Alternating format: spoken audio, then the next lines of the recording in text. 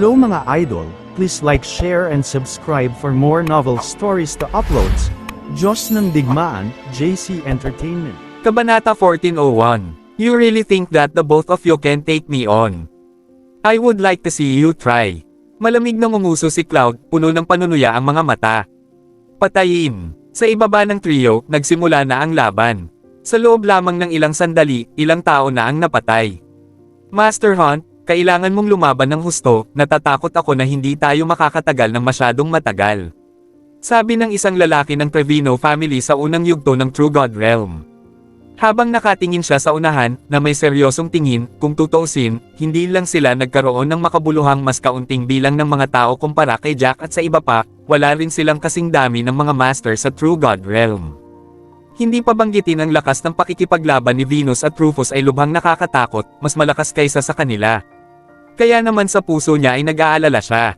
Huwag kang mag-alala, tutulungan kita saglit, basta papatayin ko ang dalawang asong ito, ang ibang mga tao ay wala. Malamig na ngumiti si Cloud.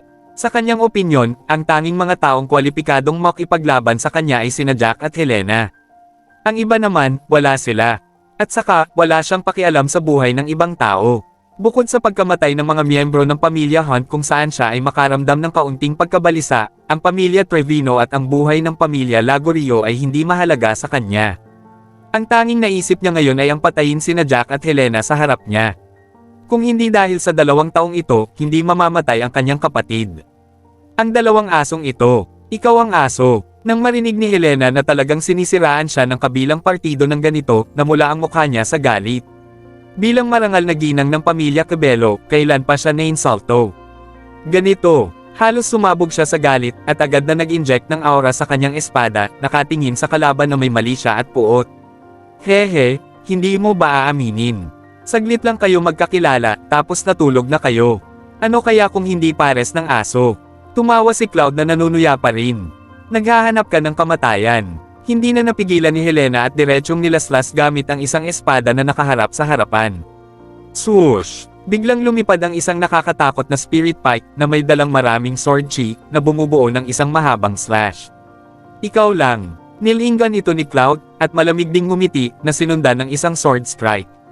Swoosh! Isa rin itong aura pulse na direktang lumipad palabas na nagdadala ng maraming enerhiya at ang 2 pag-atake ay agad na nagbanggaan sa gitna. Boom! Sa malakas na ingay, mabilis na nawasak ng kalaban ang atake ni Helena at ang pulso ng aura ng kalaban na may kaunting sword energy ay dumiretso sa kanya. Kumislap si Helena at lumipad palabas ng ilang metro para lamang makaiwas sa atake ng kabilang partido, bahagyang lumungkot ang mukha. Ang antas ng cultivation ng kabilang partido ay kapareho ng sa kanya, ngunit ang kanyang lakas sa pakikipaglaban ay halatang mas mataas kaysa sa kanya. Flame Slash. Bahagyang namumugto ang mga mata ni Jack, at patuloy niyang binubuhos ang espiritu ng enerhiya sa espadang nasa kamay niya, tapos biglang tumalon at naglaslas gamit ang isang espada. Swoosh! Isang malapoy na slash, na may mahabang buntot, ay dumiretso sa Cloud. Ang pag-atake ng taong ito ay talagang hindi ganoon ka-simple. Napatingin dito si Cloud at biglang naging seryoso ang mukha niya. Kabanata 1402. Anak, hindi ko talaga inaasahan na ang isang iligal na anak na bumalik mula sa mundo ay maaaring pumatay sa aking kapatid, ngunit ngayon gusto ko siyang ipaghiganti. Bahagyang naningkit ang mga mata ni Cloud. Isang kakilakilabot na aura ang lumabas sa kanyang katawan, at agad na nilaslas gamit ang kanyang espada. Sa sandaling ito, sa labas ng malaking asul na liwanag na kortina, lahat ay nakatingin sa parehong lugar. Lalo na si Jared at iba pa sa pamilya ng Hunt. Noong una ay naisip niya na ang 2 malalaking grupo ng liwanag ay dapat sa kanila. Sa bagay, ang pamilya nila Hunt at pamilya ng Lagorio ay mayroon ding pamilyang Trevino, at nagkaroon sila ng pribadong kasunduan noon. Aniya, pagkatapos makumplito ang event, maraming spirit grass at pills ang ibibigay sa 2 pamilya, at magtutulungan silang 3 para linisin ang mga amo ng ibang pamilya. Sa makatuwid, ang mga tao mula sa ibang mga pamilya ay ganap na hindi handa. Ang 3 sa kanila ay magkakasunod na nagtipon upang sama-samang kubkuban ang mga Panginoon ng ibang mga pamilya na nag-iisa, at tiyak na makakamit nito ang napakagandang resulta. Gayunpaman, ang hindi niya maisip ay pagkatapos ng 2 malalaking grupo ng mga light spot na magkasalubong, talagang nag-away sila. Ito ay isang away. Maraming tao. Ang magkabilang panig ay tila hindi miyembro ng iisang pamilya. Kung hindi, walang gaanong tao. Pagkatapos mag-isip tungkol dito, ang pangalawang elder ng pamilya Hunt ay humakbang pasulong at mahinang nagsalita kay Jared. Ang sabi, "Guro, kung titingnan ito ng ganito, tila ang mga tao mula sa ibang mga pamilya ay nagkaisa at nagsimulang makipaglaban sa ating mga tao. Kung tama ang iyong hula, ito na dapat ang huling labanan. Kung tutuusin, wala nang maraming araw na natitira at ang mga tao sa ibang mga lugar ay nagkalat." Tumango si Jared, at sa wakas ay ngumiti ng malamig kung kasama nila ang pumatay sa anak ko, sana maipaghiganti ni Cloud ang kanyang nakababatang kapatid. Sa kabilang panig, ang mga tao ng ibang guro ay nakatitig sa lugar sa itaas ng liwanag na kortina, lahat ay hulaan kung ano ang nangyayari. "Master, hindi ko alam kung ano ang nangyari kay Master Jack." Bahagyang nag-alala si Titus sa tabi ni Nash, kung tutuusin, nasaktan ng Young Master ang pangalawang Young Master ng pamilya Hunt, at nasaktan din niya ang pamilya Norman. Ngayon ay kinasusuklaman tayo ng pamilya Lagorio, kahit na hindi natatakot ang Young Master sa pamilya Lagorio, sa pamilya Hunt at sa pamilya Norman, maaari silang maging mahirap. Natahimik si Nash ng ilang segundo bago sinabing, walang dapat problema. Kung tutuusin, si Jack ay may ultimate grade spiritual weapon sa kanyang mga kamay. Oo, kahit na mas mababa ng kaunti ang kanyang cultivation base kaysa sa mga top masters, ngunit sa spirit weapon na iyon para tulungan siyang madagdagan ang kanyang combat power, hindi ito dapat maging problema kung iisipin mo. Pero, may kung anong pag-aalala pa rin sa puso niya.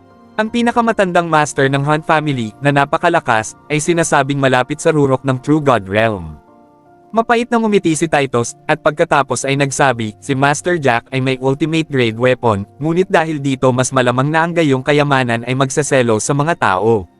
Sa makatuwid, talagang natatakot ako na ang bagay na ito ay magdulot ng paninibugho at magdudulot ng pagpatay. Pagkasabi ni Titus, medyo nag-alala din si Nash. Gayunpaman, pagkatapos ng pag-iisip tungkol dito, sinabi niya, naniniwala ako sa aking anak. Tsaka, walang silbi ang pagkabalisa natin ngayon. Maghihintay lang tayo. Ilang araw na lang. Pagdating ng panahon, lalabas lahat at malalaman natin.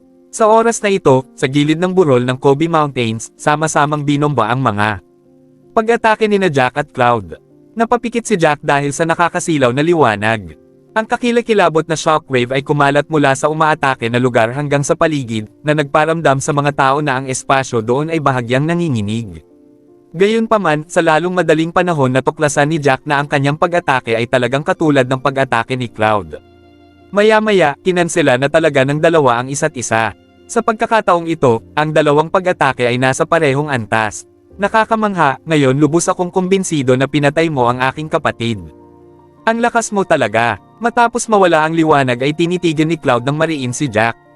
Alam niya na ang pag-atake niya ngayon, kahit isang master na tulad ni Helena, ay hindi makakayanan ito. Gayunpaman, ang pag-atake ni Jack ay talagang maihahambing sa kanyang pag-atake. Kabanata 1403. Jackie, sabay nating atakihin siya.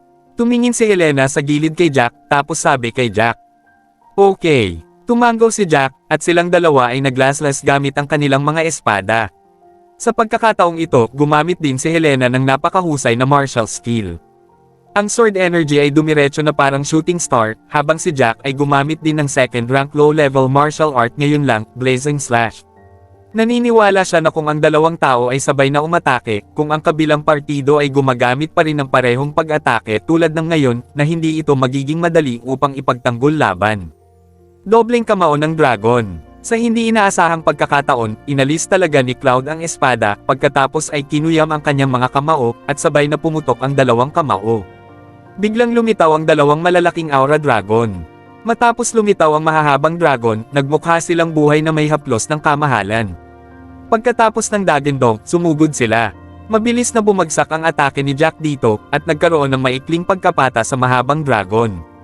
Gayunpaman, sa kabilang panig, ang pag-atake ni Helena ay tumigil lamang sa isang mabilis na segundo. Ang kanyang slash ay mabilis na nawasak, at ang mahabang dragon ay dumiretso sa kanya, bagaman karamihan sa mga ito ay natupok, ang ilan ay naiwan. Nagkaroon ng impact, at pinasabog pa rin ito ang kanyang katawan, na nagpalipad sa kanya pabalik ng ilang 10 metro. Napabuga ng hangin si Helena at tumulo ang dugo sa bibig, namutla ang mukha sa isang iglap.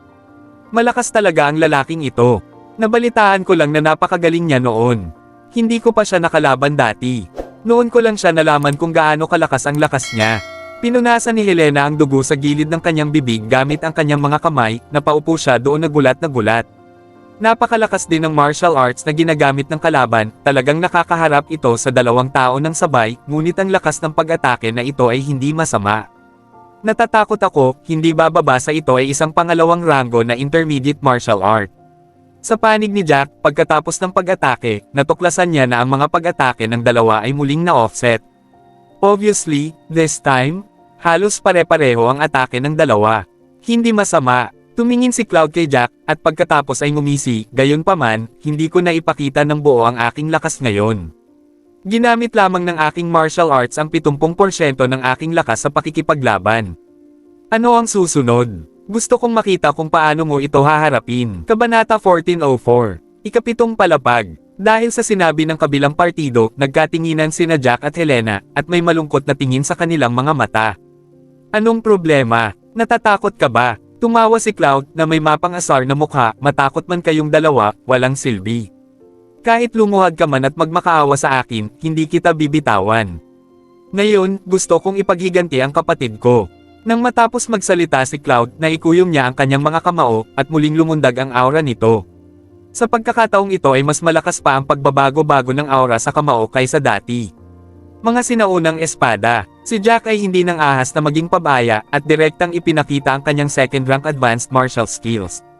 Biglang nag-intertwined ang isang serye ng aura at sword energy, at naging isang lumilipad na espada na may mabangis na aura. Matapos lumitaw ang lumilipad na espada, dumiretso ito sa isang kakilakilabot na offensive. Falcon Slash. Nagpakawala rin ng atake si Helena na ipinagmamalaki niya. Habang naglalaslas siya gamit ang isang espada, lumambot ang aura, at nakaunat ang mga pakpak habang lumitaw ang isang dalawang talampakang espiritual na agila. Sa isang kakilakilabot na sigaw, ito ay dumiretso sa unahan. Muling pinasabog ni Cloud ang dalawang malalaking dragon.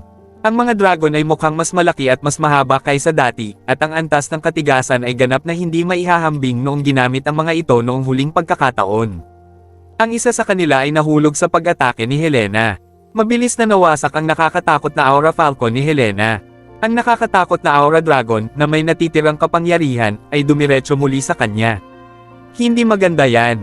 Pagtingin sa natitirang aura Dragon, namutla sa takot ang mukha ni Helena.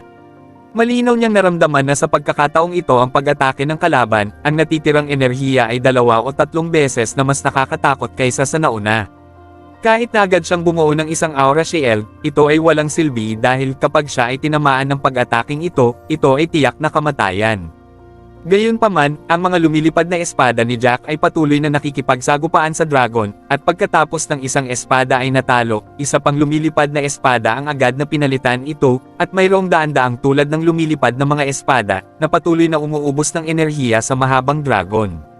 Swoosh! Nang maisip ni Helena na siya ay patay na, lumapit sa kanya si Jack sa isang iglap, pinitik ang kanyang palad, kinuha ang kalasag ng pagong, at agad itong hinarangan. Lumaki ang kalasag, at talagang ipinagtanggol nito ang 2 tao sa likod nito. Nang matapos ang lahat ng ito, ang natitirang enerhiya ng Aura Dragon ay nahulog sa kalasag.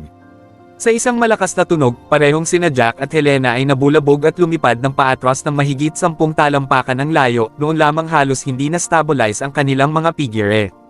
Okay ka lang ba? Napatingin agad si Helena kay Jack, nakaramdam ng pasasalamat. Buti na lang at dumating si Jack sa oras. Kung hindi, siya ay malubhang nasaktan kung hindi siya namatay. Okay lang ako. Napalingon si Jack at ngumiti, saka tumingin sa harapan, puno ng saya ang mukha, yung atake niya, hindi na siya makatagal. Napatingin si Helena sa kamay na hawak ni Jack ang kalasag, talagang nabasag ang kanang kamay sa sobrang lakas, umagos ang dugo mula doon na tumutulo sa lupa sa ibaba, at talagang sinabi ni Jack na okay lang. Sa sandaling ito, puno ng pasasalamat ang puso ni Helena, at sa kanyang puso, may kakaibang iniisip, iyon ay, kung talagang boyfriend niya ang lalaking ito, ang galing. Nakakalungkot na hindi niya lalaki ang lalaking ito, sa halip ay lalaki siya ng sarili niyang kapatid. Tahimik siyang napabuntong hininga, sa kanyang puso bago tumingin sa malayo. Kabanata 1405. Oo naman, ang mahabang dragon na sumalubong sa wave sword attack ni Jack sa harap ay halatang hindi na makahawak. Inatake ito ng lumilipad na mga espada at sa wakas ay nabasag, at pagkatapos ay nabasag sa mga piraso. Ngunit ang mga lumilipad na espada ni Jack ay talagang mayroong higit sa 100 talam, na may di matinag na momentum, lumipad ang mga ito pasulong. Hindi, imposible. Sunod-sunod na umiling si Cloud, hindi makapaniwala sa katotohanan ito. Ang kanyang ekspresyon ay lubhang madilim sa isang iglap. Nang makitang ang mga lumilipad na espada na iyon ay palapit ng palapit sa kanya, nag-condensed si Cloud ng isang aura shield sa kanyang katawan at ganap na binalot ang kanyang sarili dito, pagkatapos ay tumalikod at lumipad diretso sa malayo. Napakabilis ng takbo ni Cloud, ngunit mabilis na naabutan ng mga espada si Cloud at umatake. Naharangan sila ng kanyang aura shield noong unang ngunit hindi nagtagal ay nasira ang shield. Ang isa sa mga lumilipad na espada ay dumapo sa kanyang hita, at kung saan tumama ang lumilipad na espada, mabilis na lumitaw ang dugo. Kahit na hinaramgan ni Cloud ang kabilang blade, hiniwa pa rin ito ang kanyang damit at nag-iwan ng hiwa sa kanyang braso. Napasigaw si Cloud sa sakit. So gusto mong umalis? Nakita ni Jack na gustong tumakas ni Cloud, iniligpit niya ang kalasag, hinawakan ang kanyang espada sa kamay, at sinundan siya. Sobrang bilis ni Cloud. Sa isang iglap, dumiretso siya sa bundok at sumugod sa kakahuyan. Hindi rin mabagal ang takbo ni Jack. Mahigpit siyang sumunod sa likuran niya. Ayaw niyang makatakas ang lalaking ito. Kung nakatakas ang taong ito, magkakaroon ng walang katapusang problema. Anak, huwag mo akong pilitin. Nakita ni Cloud na palapit ng palapit si Jack. Halatang mas mabagal ang bilis niya kaysa kay Jack. Nang magnanga ang ngipin ay pinitik niya ang palad at kumuha ng tableta at nilunok iyon. Matapos lunokan ng tableta, agad na nagpakita ng kahindek-hindek na kulay ang mukha ni Cloud, at duguan ang kanyang mata. Marahas na nag-iba ang buong aura niya. Huminto siya sa paggalaw, ngunit umaakyat ang pagbabago-bago sa kanyang katawan. Bata, pinilit mo ako. Bagamat gumamit ng tableta na ito, ang aking pagtatanim ay maaaring bumagsak ng kaunti, ngunit kung mapapatay ko kayong dalawa, sulit iyon, haha.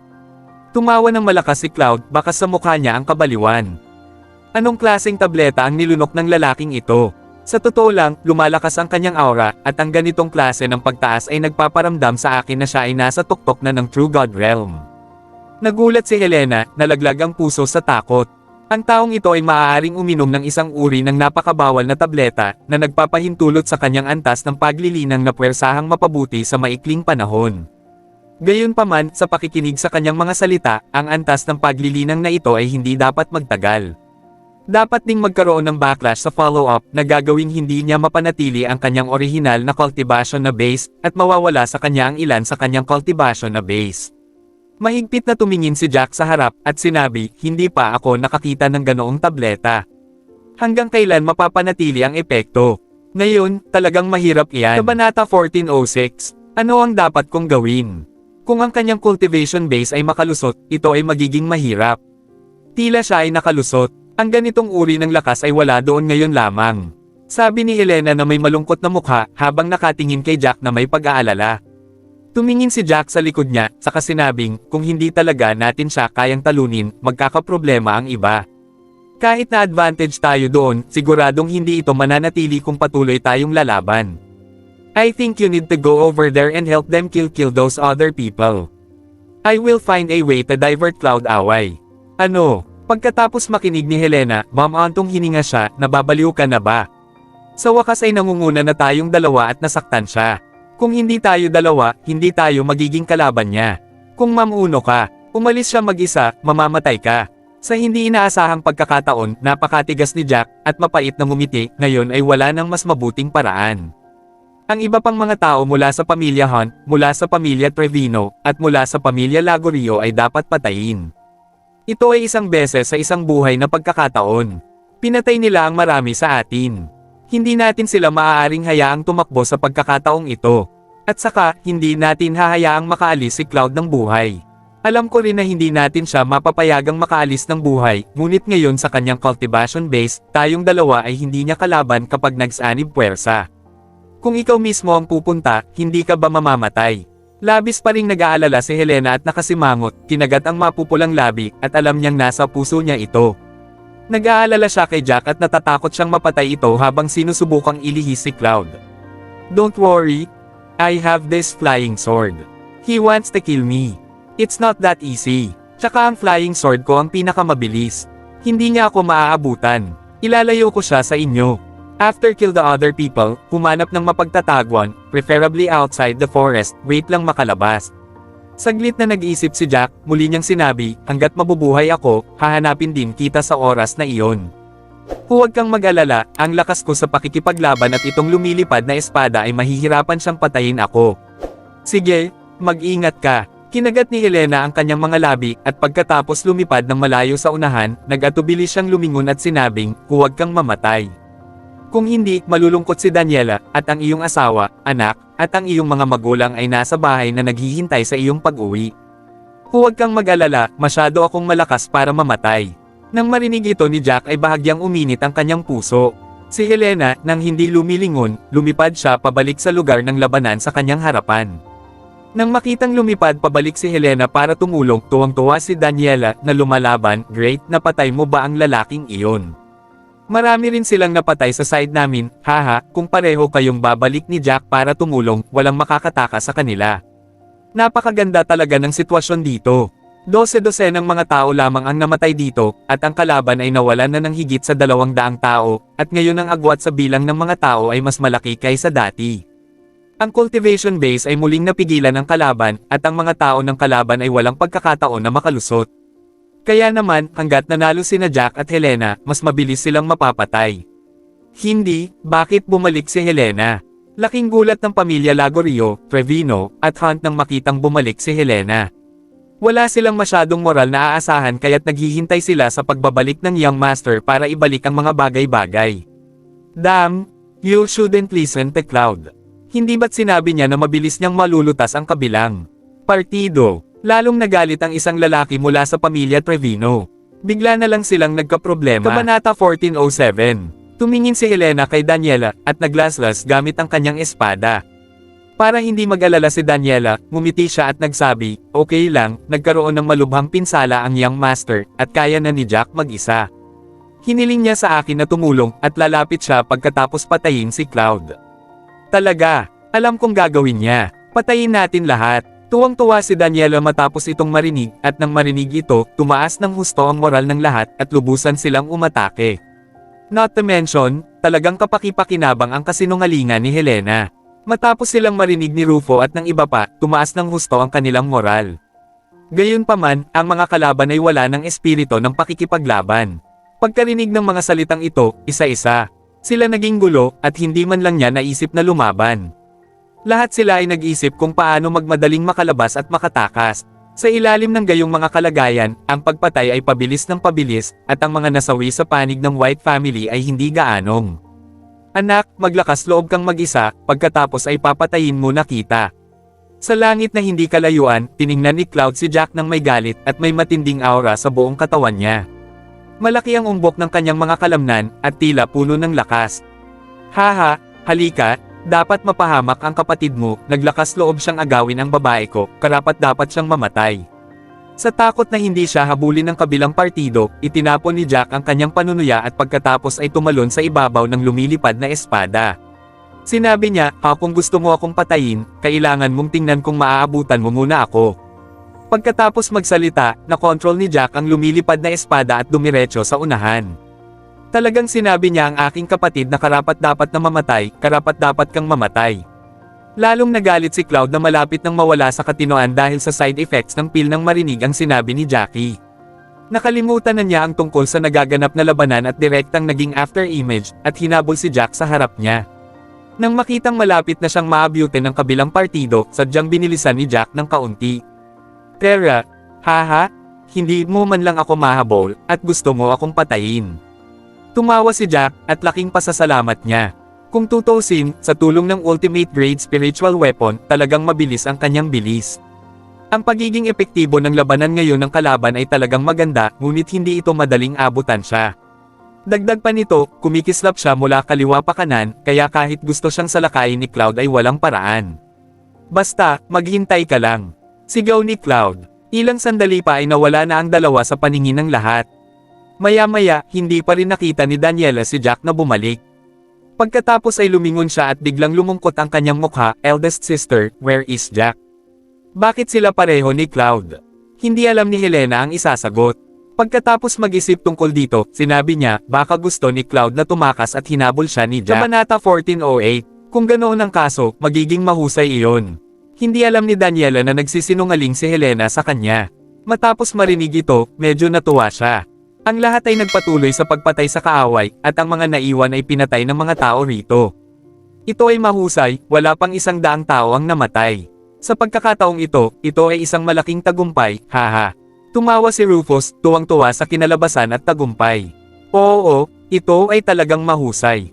Sa pagkakataong ito ay paghihiganti para sa mga namatay. Si Venus ay tumawa din ng labis na nasasabik, nakakaramdam ng labis na saya sa kanyang puso. Sa pagkakataong ito, ang pamilya Hunt, ang pamilya Trevino, at ang pamilyang Lagorio ay labis na naghirap. Bagamat dapat na maraming mga master sa kanilang pamilya, ang mga makakasali sa kompetisyon ay medyo magagaling, tama. Ang dami na nilang nawala ng mga master, sigurado akong iiyak at hihimatayin ang mga taong mula sa 3 pamilyang ito kapag nalaman nila. Tuwang-tuwa rin si Yol, habang ang iba ay nagsisimula ng mag-impake ng kanilang mga samsam. Napakunot ang noo ni Daniela dahil napag-alaman niyang tila hindi masaya si Helena gaya ng iba. Nakasimangot siya at laging nakatingin sa isang direksyon. Ate, bakit hindi bumabalik si Jack? Kung nasugatan si Cloud noon, dapat bumalik siya kaagad. Lumipad si Daniela sa gilid ni Helena, at saka muling nagsabi, "Hoy, nag-aalala ka ba talaga sa boyfriend mo?" Tumingin si Helena kay Daniela, medyo namumula ang mga mata, at hindi niya alam kung paano sasabihin sa kapatid. Masyadong inosente ang kapatid niya, at talagang naniwala sa lahat ng sinabi niya. Wala lang siyang puso na makipagbiruan sa kanya. Ate, anong problema? Nakita ni Daniela na ganito ang panganay na kapatid, at alam niya sa kanyang puso na maaaring may mali, at agad na nag-aalalang nagtanong, "Eldest sister, nasaan si Jack? Bakit hindi pa siya bumabalik? Pero hanapin natin siya, okay?" "Oo, babae, bakit hindi pa bumabalik ang kapatid ko?" Si Rufus na lumipad ay tumingin din kay Helena ng may pag-asa. Pagbuka ng kanyang bibig, sinabi ni Helena sa lahat na nahihiya, "Si Jack, tumakbo si Jack." Tumakbo. Napatingin ang lahat sa kanila, nagtataka kung ano ang ibig sabihin ni Helena. Uminom si Cloud ng isang tableta, at ang tableta ay napakalakas kaya naabot niya agad ang rurok ng True God Realm. Para sa kaligtasan ng lahat, inilayo siya ni Jack at sinabihan akong bumalik at tulungan ang lahat na patayin ang iba pang miyembro ng pamilya ng Hunt. Kinagat ni Helena ang kanyang mga labi, at pagkatapos ay sinabi ang lahat sa isang buntong hininga, inaakay na niya si Cloud ngayon, at hindi ko alam kung ano ang kalagayan niya ngayon. Ang tuktok ng realm ng tunay na Diyos. Kabanata 1409. Natulala si Daniela, at napakalakas ni Cloud sa huling yugto ng True God Realm. Kung talagang mayroon siyang cultivation base ng True God Realm pick, hindi talaga matalo ni Jack ang kalaban. Ano? Hindi ba delikado? Paano kung mamatay siya? Paano siya magiging ganito? Paano ko ipapaliwanag sa tatay ko kapag bumalik ako? Sabik na sabik si Yol, namumula ang mga mata, hindi niya alam ang gagawin. Bagamat sila ni Jack ay magkapatid na lalaki at babae lamang, si Jack ay napakabuti sa lahat at inalagaan siya ng mabuti kahit na mas mahusay kaysa kay Lance. Kaya naman, nang marinig niyang hinahabol ni Cloud si Jack ay biglang nag-alala ang puso niya. Hoy, kung hindi niya ilalayo si Cloud, kapag pinatay tayo ni Cloud, tiyak na lalapit siya at tutulong dito. Sa oras na iyon, mamamatay kayong lahat dito. Bumantong hininga si Helena at sinabing, ang pinili ni Jack ay isakripisyo ang kanyang sarili at iligtas tayong lahat. Gayunpaman, sabi niya, nasa kanya ang lumilipad na espada, at ang lumilipad na espada ay napakabilis. Hindi ito dapat maging problema. Ate, mabilis ang takbo ni Cloud, pero ang Hunt family ang pinakamalakas na pamilya sa Shadow family, at ang background nila ang pinakamalalim. Nakalimutan mo na ba na may iba pa silang nakuha noon sa misteryoso at delikadong lugar? Mayroon silang anting-anting na papel na maaaring magpapataas ng bilis. Si Daniela ay nababalisa at lumipad pasulong, hindi, tutulungan ko siya, kung mamatay siya, ano ang magagawa ko? Ilang tao ang nakakita sa eksenang ito at lubos na natigilan. May nangyari na kay Jack at parang mas nag-aalala si Daniela kaysa kay Helena. Girlfriend daw ni Jack si Daniela. Huwag kang pumunta. Direktang lumipad si Helena at hinawakan si Daniela. Daniela, huwag kang pabigla-bigla.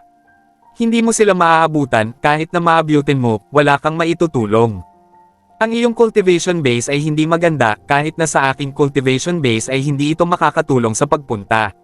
Sa pagsasalita tungkol dito, sinabi ni Helena na may tame time na pananalita, noong sinalakay namin siya ni Jack, kung hindi lang naging napakalakas at tinulungan ako ni Jack, natatakot ako na sana ay napatay na ako.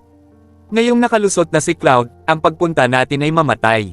Ate, pero, Kinakabahan si Daniela at hindi alam ang gagawin, bigla niyang na-realize na talented pala siya, pero tinatimad siya at sinanay lang para masaya. Kahit na masasabing napakahusay ng kanyang talento, hindi ito mas mahusay kaysa sa talento ni Helena. Nakakalungkot na tamad siya at nasa early stage pa lang siya ng True God Realm.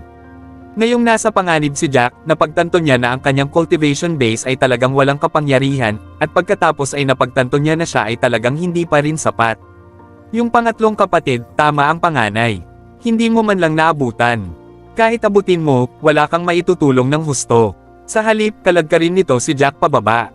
Si Venus ay gumawa din ng 2 hakbang pasulong at napakaseryoso at sinabi, tingnan muna natin ang mga samsam na hinati. Ayon sa naunang kasunduan, ang pamilyang puti ay nakakuha ng 40% nito.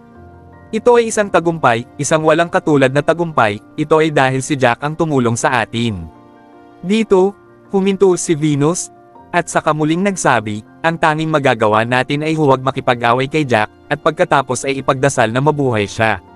Napakataas ng cultivation base ni Cloud, at may mga kakilakilabot na anting-anting. Tiyak na papayagan siya ng anting-anting na maabutin si Jack at tiyak na mapapatay si Jack sa oras na iyon. Paano pa siya magkakaroon ng pagkakataong mabuhay? Nawalan pa rin ng pag-asa si Daniela, at habang iniisip niya iyon, mas lalo siyang natakot, ngunit napagtanto niya na sa kasong ito, halatang pinakamaganda ang pinili ni Jack. Tama, sabi ni Jack, dapat may certain time limit din ang pill. Maghintay na lang siya hanggang sa oras na iyon. At saka, may backwards effect din ang pill. Kapag lumipas ang oras, malayong mahuhulog ang cultivation base ni Cloud at hindi magaan ang injury. Sa oras na iyon, siguradong mamamatay si Cloud.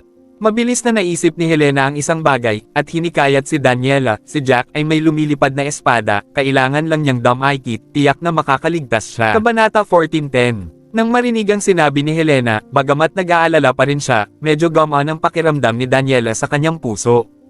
At least, may pag-asa pa rin si Jack, basta nagpupursage siya, may pag-asa na manalo. Bagaman, ang pag-asa na ito ay tila hindi maganda. Hoy, anong gagawin natin ngayon? Hintayin mo siya dito. Sa wakas, napabuntong hininga si Daniela at hindi napigil ang magtanong kay Helena. Napatingin din yung ibang tao kay Helena. Kung tutuusin, wala si Jack ngayon, at ang cultivation base din ni Helena ang pinakamatibay. Isa pa, iniisip ng lahat na girlfriend siya ni Jack. Dahil wala si Jack at ang cultivation base din ni Helena ang pinakamatibay.